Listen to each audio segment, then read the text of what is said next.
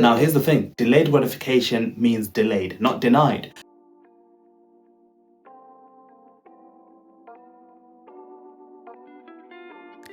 Welcome back to another money discussion with Skilled Finances. My name is Lindy and this is Tando. This is definitely the place to be if you want to learn skills about how to manage your money with a focus on couples finances as well as family finances.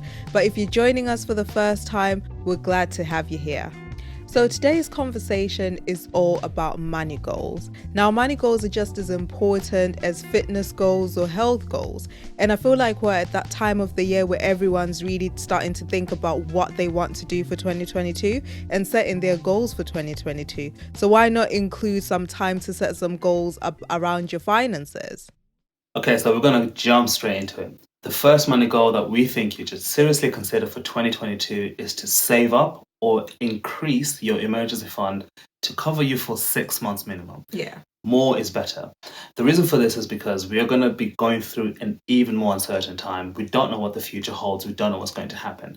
Now, as we said, we can't control what's going to happen externally, but we can control what we do with our money. Yeah. And one of the things that would be super powerful for you is to increase the amount of emergency fund that you have, because anything can happen. Yeah. And anything can happen to rock your finances. Anything can come up that would need financial attention. And so having that emergency fund in place that covers you for a longer period of time just increases that financial cushion and that financial security as we're going through these uncertain times.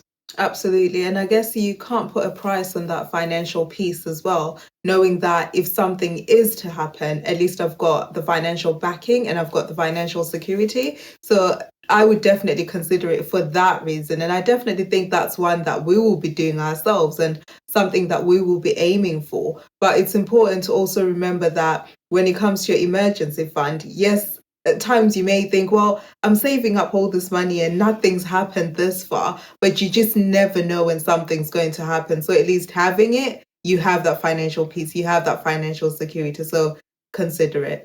Yeah, and another thing to mention as well is that we understand that some people may be put off by having a big cash savings because of inflation. Now, that is a very, very fair point to make. However, I would challenge that and simply say, in a time of emergency, when something really does happen and something really needs your attention financially, the rate of inflation is the last thing that you will think about. The first thing you'll think about is, how are we going to survive through this situation? How are we going to make sure that we're covered in this scenario? And that is why an emergency fund is important. Now, if you are yet to set up an emergency fund, then definitely set up an emergency fund. We have spoken in the past about how to set up an emergency fund, the different ways to actually get started and calculate how much you need. So we'll link that discussion in the description for you to check out so that you can get started today. Now, the second money goal that we think you should definitely consider in 2022 is investing in your future. I'll be very honest, when we first got married, I was not the biggest fan of investments. And that was largely to do with lack of knowledge and not really understanding how investments work. And I think I was also put off by the whole long-term thing. So it's nice when you've got the savings and they're sitting in your account and you're looking at them and you know that, well, if anything happens, they're there. I can see the money. I can actually see it and I know that it's actually there. But after having conversations with Tando, after learning a lot from other influencers who were talking about investing, and when I suddenly started to understand that, oh, actually investing is a good thing. And yes, I'll be investing for my future. I was then pro-investing. Now I'm definitely for it. And this is something that we definitely do. But I would definitely say if you go down the investing route, remember that it's not something that's short term. You won't invest money today and see a return tomorrow, but think about it from a long-term perspective. I can guarantee the future you will thank you for investing today. Yeah, and our preferred strategy is to keep it simple with our investments. There are so many different things that you can do, but for us, we simply put our money into passive index funds. Index funds really work great because they are a passive form of investing. You put your money into it. You don't do any technical analysis because there's no need to. There's no need to trade on a daily basis. You simply put money in every month and let it grow automatically by following what's happening in the market overall.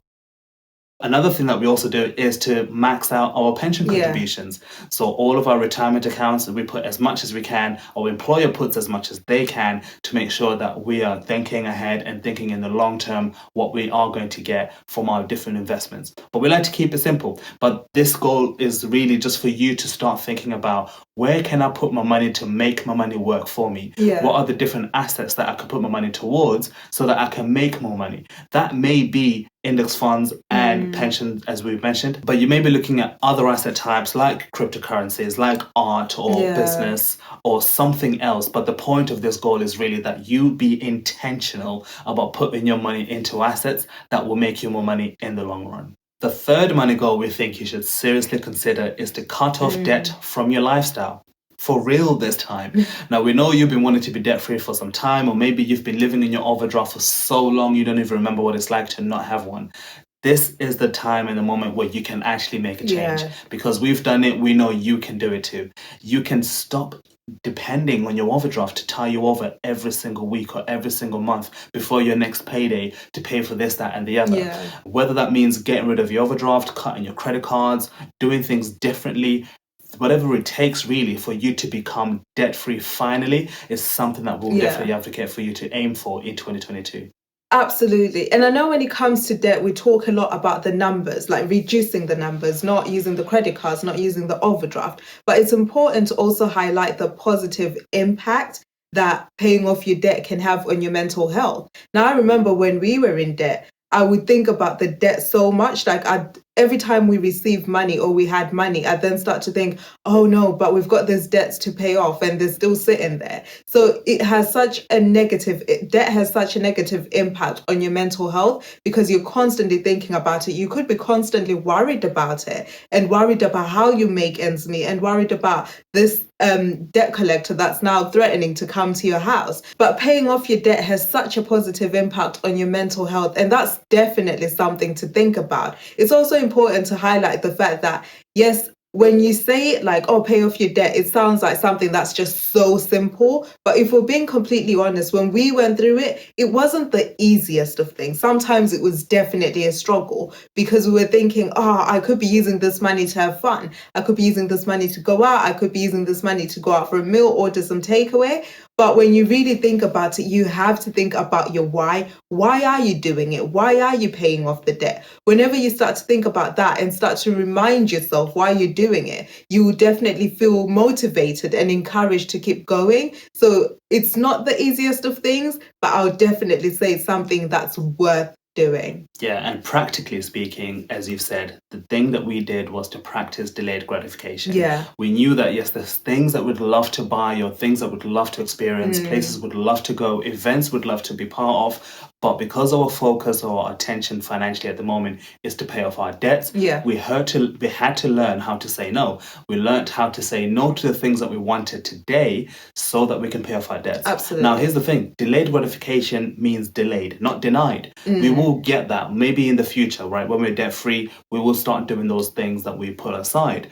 But right now, we are paying off our debts. Now, that doesn't mean that, be miserable until you're debt free. That's not what we're trying to say here. But essentially what we're talking about, I guess, is priority and focus. To say, yes, maybe we may do 1 or 2 nights for takeaway whilst we're being debt free, but we're not going to live a lifestyle of eating out every single night because we want to be debt free. It's really just about priority and focus. But the key thing that we want to point out is that it's a season. It's not going to be something that you'll be doing forever. It's something that you'll be doing over and over again until you get to the stage where you are debt free and you're able to make different life decisions. But fundamentally, it's only going to be a season. It's not going to be forever. And you don't have to struggle and kind of condemn yourself because you are in debt. That's not a thing really. That doesn't help anybody at all. But what you should do is definitely be intentional and focused to become debt free. The fourth money goal that we think you should seriously consider in 2022 is to increase your income.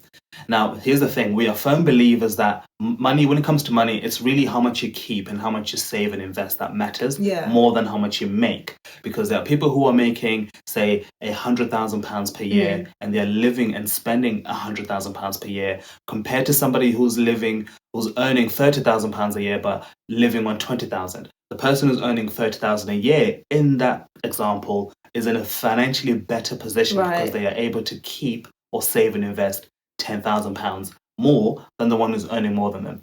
But however, we're going to be very honest and pragmatic. Earning more money means you have more money to work with. Yeah. You have more money to save and invest. You have more money to make different life decisions. So this is still a worthy goal to attain.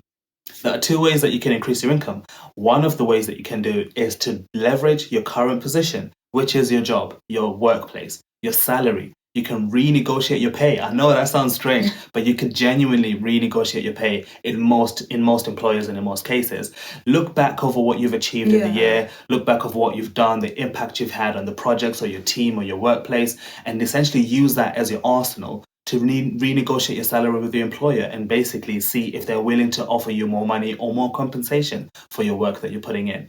But what you can also do is to look internally for an internal promotion, for an internal new job. Maybe a new department might pay you more money because they're in a more lucrative position than the department you're working in. Or maybe a new team will be a better fit for you and also maybe leads to you earning more money because you might get that internal promotion internally. But externally as well is a good option. You could look elsewhere for a new job. And essentially, all that I'm trying to say is you have options of how you can increase your salary, increase your income from your workplace or from your career overall, whether that's internally through your organization or externally through another company. Fundamentally, it's something that you can do. And in 2022, you can definitely aim for that. Definitely. And another thing you can consider doing is starting a side hustle. Now, the reason why I love side hustles is because you get to utilize your skills, your passion, and even your experience to make you that extra bit of money. Now, for someone who may love makeup, for example, you can decide that, I'll start doing makeup for weddings or for friends when people go out for birthdays and stuff and earn myself some cash. But then for someone who's got certain skills, that may be an accountant, for example, because your day-to-day job is being an accountant, that doesn't mean you can't take those skills and then use them as a side hustle to do accounting outside of your normal 9 to 5. So utilize the skills that you have, utilize your passion, utilize your experience, and earn yourself a bit more money. Yeah, but here's the thing, right? Whether you're going to go down the route of increasing your salary through your workplace or you're going to go down the route of starting a side hustle, you may need to acquire new skills. Those new skills might be you need to relearn how to really draft your CV and make your value come out from 2 pages really, or you may need to learn how to prep your interview and sell your skills and sell your experience in a better way, or you may need to relearn marketing skills, product development skills, so that you can create a product or you can start marketing your services to other people outside of your side hustle so that you can start making money on the side. But fundamentally the point is this: you may decide to start a side hustle today or to start applying for new jobs or to renegotiate your salary today, but you may not get the rewards tomorrow. It might take a couple of months, it might take a couple of weeks, it might take longer than that. But the point is this: it's something that you can continuously attain and continuously work towards. You will definitely get some sort of reward at some point as long as you keep doing it and you keep at it.